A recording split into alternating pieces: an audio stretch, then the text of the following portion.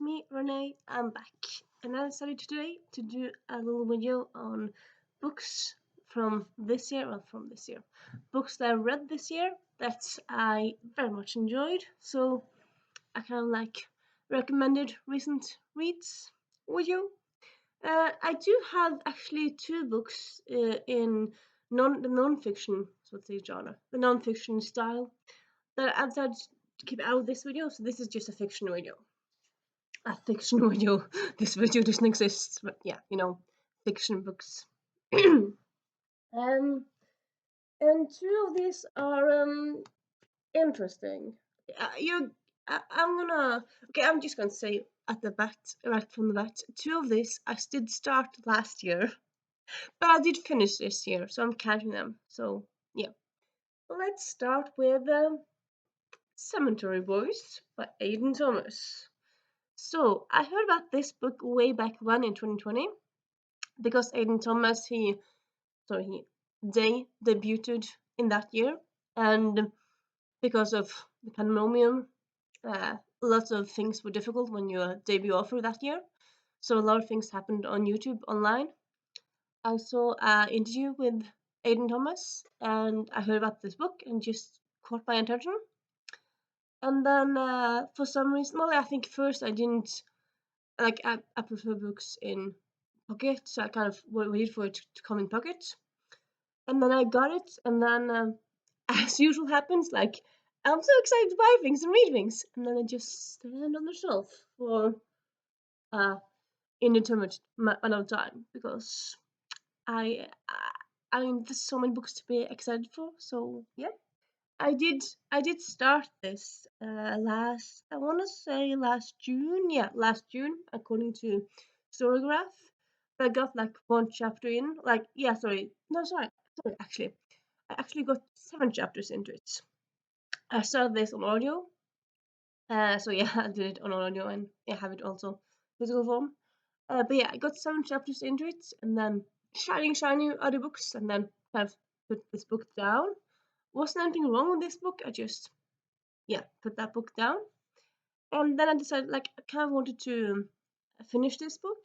So I kind of asked a friend of mine or asked someone on Bookstagram to do a buddy read with this one, or we wanted to do a buddy read in general, and I ended up doing this book. So yeah, I did finish this book in January, and yeah, I very much enjoyed it. In case you don't know what this book is about, I feel like people have heard about this book, maybe you haven't. It's a book with it's both a romance but also a mystery. It tells the story of Yadriel, a trans a trans teen guy who's also Latino, and he's also a witch. So yeah, he's a lot of different other things than just like a boring white guy. Not that white guys can't be interesting, but yeah. Um, and he wants to he very much wants to become like a real witch and like have the responsibilities, because like he's not just a witch, but like his whole family are witches. It's not just him being a witch and everyone else not being a witch. He having to hide his witchness. No, like he's in a family of witches. But because of him being a he, and because of that, it hasn't really been that easy being himself. Like he's still treated as a girl, which he shouldn't be. And yeah, so at the very beginning, he kind of does this ritual, and he ends up accidentally summoning a ghost, which was not well. He summons one ghost. He was supposed to like summon a known ghost, but he summoned a different ghost. And so like after that, he kind of just goes into a mystery of like uh, what happened to Julian, like this ghost Julian, what happened to him, like why was he murdered, what happened that day. Julian didn't really see his assailant, and yeah, so there's a mystery in that.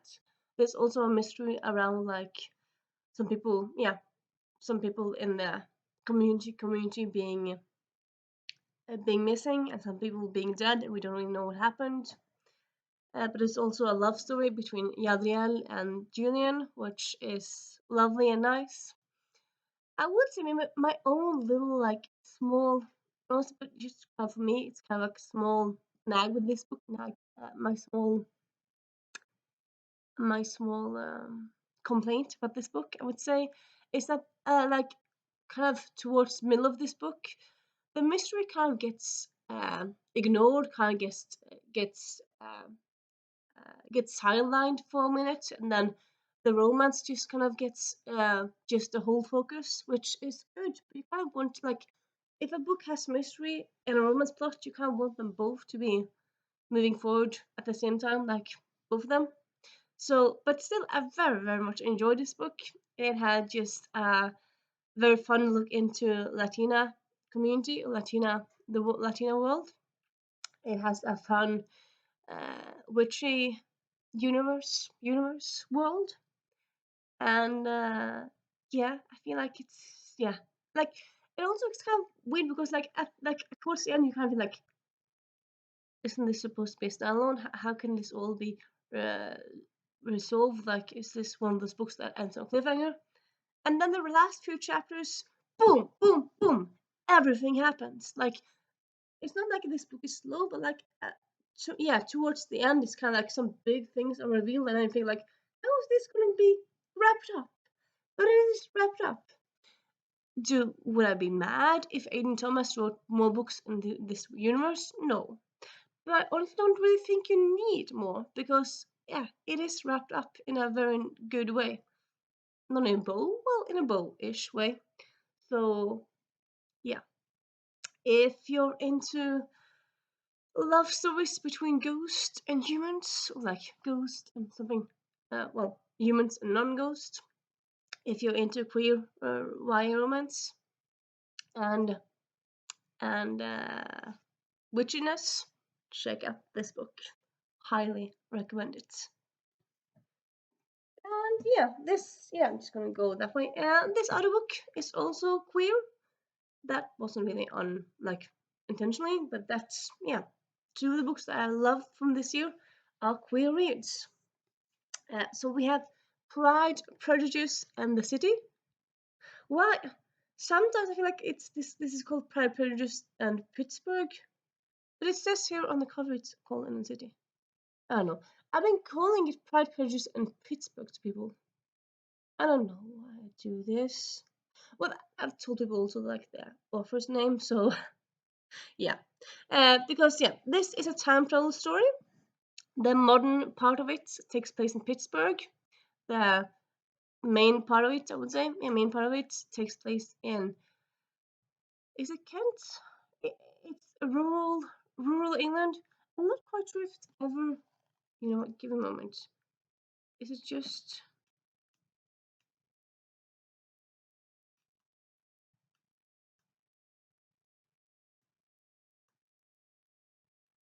Hmm. I'm not quite sure if it's ever mentioned, but it's rural England. It's outside of London. It's not inside London. Inside London, but it's not in London. But it's yeah, a kind of quiet little place in England. And yeah, it's a YA story with one of them being bi. I'm thinking it's not quite precise, but like they have ex that is that's a guy. So I'm thinking that one of them is bi.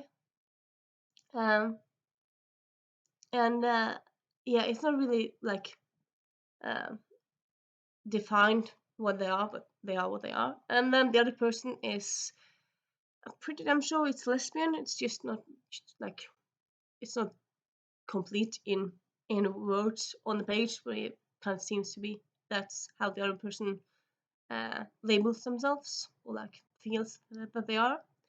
And yeah, it's. I mean, this book speaks to my heart with like the time travel elements to it. It's just got great time travel elements. It has a good, cruel, mean villain, which I quite like. I mean, yeah, I just read that book the other day that didn't really have a defined villain. It's like you need a villain to like make things happen in a book. If there's no villain, why would you how these things move forward? Why would you? Yeah.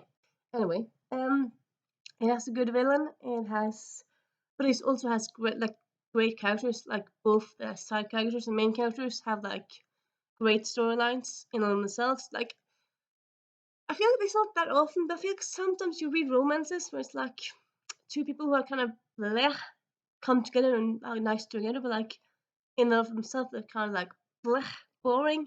So I mean, you kind of root for people mostly when like a lot when there's two people who like you enjoy them as a character in of themselves, and then of course then you want them to have like happiness in them, and like you when you really like the happiness that they want, will they get in a couple them? Yes, then you want like them to be together. So yeah. Yeah. So yeah, this has time travel references and elements to it. It has, and yeah, that bit is like it's not there for like long. Like at the end, you have realized how it all fits together, but it's not like a big element to it. So I would say maybe it's more like kind of reads a bit more like historical romance, because like I feel like at least in my head, often time travel books are often like we're going back to the world to save this person from history, or we're gonna save the world. We're gonna save this family because it's cursed. Like here, it's just a love story set in the past with one person from the present. But still, it's yeah, yeah. I love the characters. It's a dual point of view, so you see both characters falling in love, and yeah, it's amazing, amazing read. Highly, highly recommend it. And yeah, it's my first Rachel Lippincott read, and I think I'm gonna check out her other books because I love this very much. And also, I kind of wish that we get more books like in this universe because yeah, I'm into romance, so like this couple gets their happy ever after. But like, there's so many cool side characters you kind of wonder about what happened to them, and also like I feel like the time travel aspects kind of makes it, at least for me, kind of opens up to opportunities of like doing companion books with like other time travel romances in the same way as this book. And yeah, this book came out last year, and if I read it last year, it would definitely be on my 5-star reads of last year. And yeah, now it's on my 5-star reads of this year.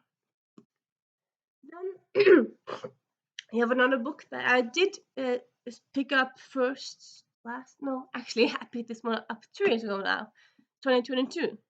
But I believe I've read like half of them this year. So yeah. Also, like yeah, when you finish a book that you started like a long time ago, how do you define it? Like, can you talk about the were you like from recent reads? It's a recently finished book. This is also anthology books. I was kind of also like how do you do that if you have any thoughts? Anyways, I'm including it here as like I did with some other books as well. So yep, we have sorry, The Cursed Carnival and Other Calamities. This is an anthology series. I'm sorry, anthology series, anthology anthology book with like different stories from the Rick Riordan Presents offers. Most of them are like in, yeah, all of them are like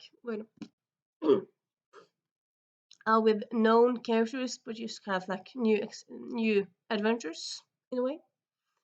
Though Rick Riordan's story is actually a completely original story. And honestly, like his story was one of the lesser interesting ones. It was good. It it was so different from his usual stories that I don't know, was too different or was it not good? Like sometimes if something is so different, I feel like it's bad, but it doesn't really mean it's bad. It's just maybe it's just not what you're used to. Yeah. Anyway, so yeah, this is an Arisha story. It has, and yeah, honestly, like from before this book, I hadn't really read any of the books like beside Arisha. Also, yeah, I also tried. I tried the book by. I tried Carlos Hernandez book a few years ago, which I think because I actually, oh yeah, I actually read two of these. Um, yeah, I read Kwame Mbalia and Carlos Hernandez. Kwame Mbalia, I read the whole book. Yeah, and Carlos Hernandez, I DNF'd it. Like Hernandez story, I kind of felt was too silly. Kwame Mbalia, I enjoyed, I didn't love, so didn't continue with that. I'm a big Arusha girly, so yeah, I read all those books. I did very much enjoy and yeah, also read Yunha Lee, the Yunha Lee book, which also not really a big fan of that, but I mean, still kind of fun to, yeah, to read this in this setting. I love the JC Cervantes story, so after that, a moment, I did order and buy The Storm Runner, which is the first book in that series. So yeah, it was kind of was a good commercialization or good advertising for that book. And yeah, I also kind of want to read Sarvat Chada's book, which is a Mesopotamian story and a series. So that one I want to buy soon and check out. Well, buy soon. I have a lot of unread books, but like yeah, it's on my radar now. And yeah, if you like middle grade stories with mythology based, some of them being like one of them is space is sci-fi based, one of them is witches based. And yeah, also Gracie Kim story was quite good. So yeah, especially like yeah, I have it in my favorite reads of this year so far. So it's not like I didn't really like all the books, but like I suppose in a way this is a mixed bag. Like all in all, I would recommend this book. And also, when you read an anthology, like, do you ever love all of the stories equally? I don't really think I ever have. I don't believe I have. Maybe you have. I don't believe I have. But yeah, all in all, it was a great fun read, and yeah, kind of think it would kind of be fun to like have more collections like this, like where you had just shorter stories from Rick Riordan Presents offers, and yeah, you have more offers now than before. And this one came out in 2021, so it's been some years. So maybe do more. That would be fun. And yeah, so that's my favorite reads of. That's my favorite reads. Well, I have one more, but that's a library read. I can't show it off. You know what? I'm gonna talk about that later. Yeah. Anyway, yes. Of these three, my favorite reads of the year so far. And yeah, and also generally so far this year gonna kind of be good. Like I've read quite a few books so far. I'm ahead of my reading goal, which yeah, I'm kind of fun to like see like you're ahead. Like I'm right now ahead by 10 books, which is kind of fun. And yeah, if you read any of these books, if you read any good books this year or great books this year, please tell me, and I'll see you soon. Bye.